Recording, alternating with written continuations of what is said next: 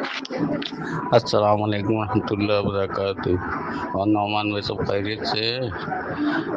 نعمان بھائی میرا سوال یہ تھا کہ کوئی آدمی اگر نماز پڑھ رہا ہے تو اس کے آگے سے کتنی صف کے بعد سے گزر سکتے، 1 2 3 4، یا گزرنا ہی منع ہے؟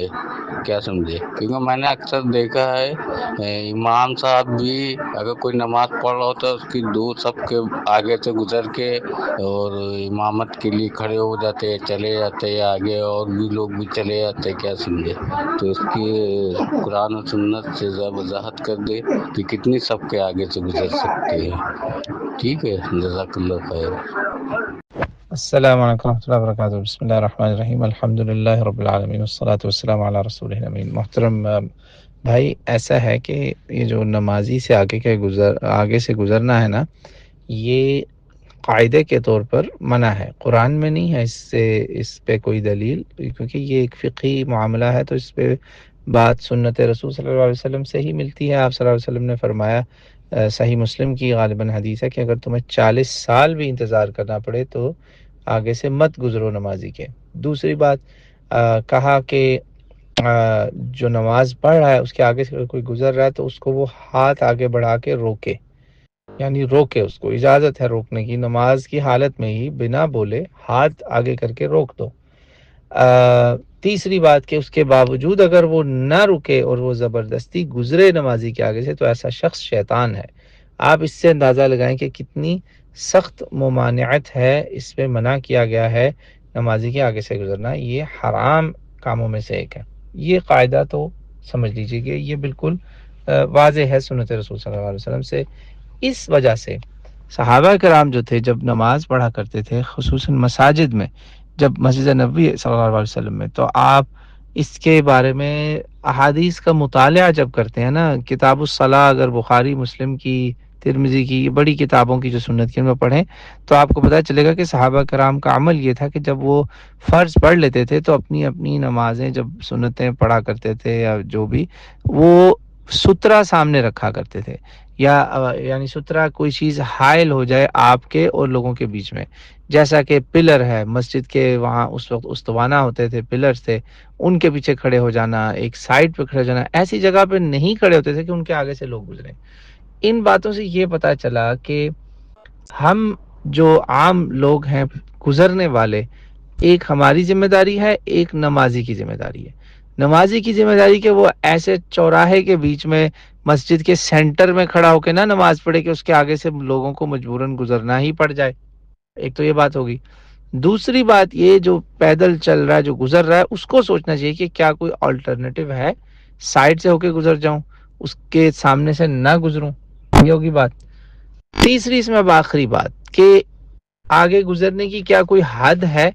دیکھیں، قرآن و سنت میں، سنت رسول صلی اللہ علیہ وسلم میں کوئی حد مقرر نہیں کی گئی کہ کم سے کم حد یا زیادہ سے زیادہ حد، تو یہ معاملہ ہو گیا اب اختیاری۔ اس پر فقہائے کرام جو تھے، جنہوں نے ان حدیثوں سے، احادیث مبارکہ سے مطلب اخذ کیے، معنی نکالے، ان کی انٹرپریٹیشن کی، ان میں اس پہ دو رائے ہو گئے کہ بھئی کیا حد ہے۔ زیادہ جو ہے وہ کسی نے 1 صف، 2 صف، 3 صف، اس طرح 4 صف والے بھی آپ کو اقوال مل جاتے ہیں۔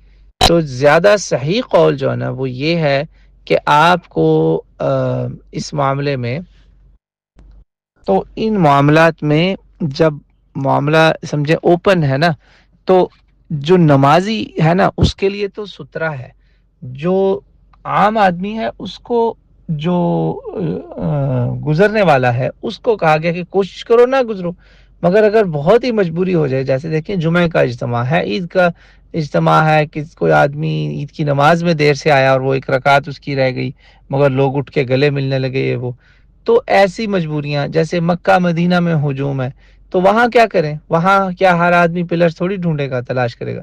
تو وہاں پر ایسی جگہوں پر جہاں مجبوری کا عالم ہو جاتا ہے نا، تو کہا گیا کہ بھائی آپ 1 صف جو آدمی کی ہے نا، جو اس کی اپنی ڈومین ہے، جہاں وہ سجدہ کرتا ہے، اتنا 1 صف پوری وہ چھوڑ کے اس کے آپ مجبوراً اگر آگے سے گزرے ہیں تو کم از کم اس کے سجدے کی جگہ کے دور دور آپ گزر جائیں، یعنی اس کے بیچ میں سے نہ گزریں، یعنی کہ اس کا سجدہ اور اس کے پاؤں جو اس کی باڈی رینج ہے نا اس کے سینٹر میں سے آپ نہ گزریں، یہ منیمم ہے۔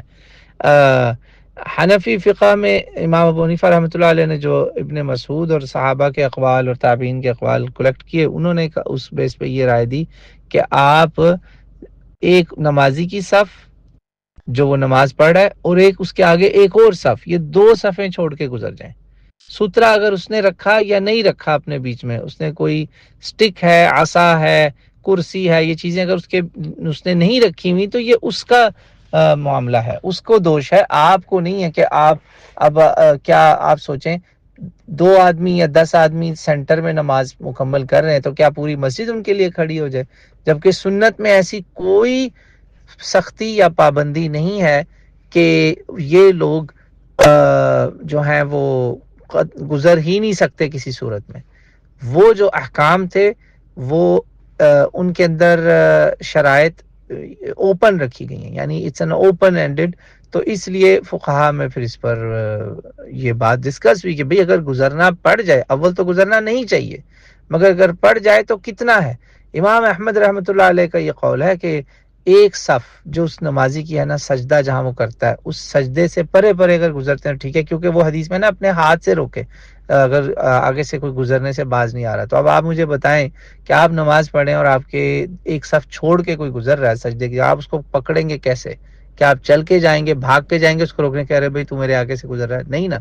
ان حدیثوں کے فہم جو اخذ کی نا، انہوں نے کہا کہ وہ جو ہے نا روکے اپنے پاس سے جا کے، اس کا مطلب یہ نکلا کہ وہ آپ کی جو ڈومین ہے نا، آپ کا ایریا آف یور رینج وہ سجدے تک ہے، بس وہاں تک ہی آپ روکنے کے مکلف ہیں۔ آپ کہاں جائیں گے روکنے؟ پھر فرض کریں کوئی آدمی 2 یا 3 صفحے چھوڑ کے گزر رہا ہے تو آپ اس کو پکڑنے تو نہیں جائیں گے؟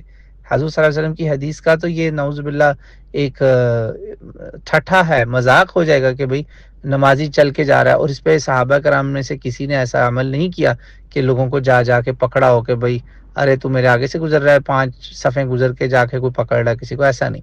جب روکتے تھے نا صحابہ، جو حضور کا حکم تھا کہ روکو، وہ اس کو ہی روکتے تھے جو کوئی بیچ میں سے گزر رہا ہے اس کے نمازی کے، یعنی سجدے کے اور اس کے قدموں کے بیچ کے اندر سے، بس دور سے کوئی گزر رہا تو نہیں روکتے تھے۔ اس لیے امام احمد نے تو ایک صف تک کی بھی اجازت دے دی، اور جو ابو حنیفہ رحمۃ اللہ علیہ نے کہا نہیں بھئی ایک صف نمازی کی اور ایک صف فاضی اضافی، یہ 2 صفیں ہونی چاہیے اگر گزرنا پڑ جائے۔ اول تو سبھی کہتے ہیں کہ کوشش کرو نہ گزرو، مگر اگر بہت مجبوری ہو جائے تو ایک قول ہے ایک صف کا، اور دوسرا مشہور جو ہے وہ 2 صف سے زیادہ کا۔ یہ تعویل ہے، انٹرپریٹیشن ہے ان احادیث مبارکہ کی جس میں سترے کے مسائل اور نمازی سے آگے کے گزرنے کی باتیں جو میں نے آپ کو پہلے بتا دی ہیں۔ امید ہے معاملہ واضح ہو گیا ہوگا۔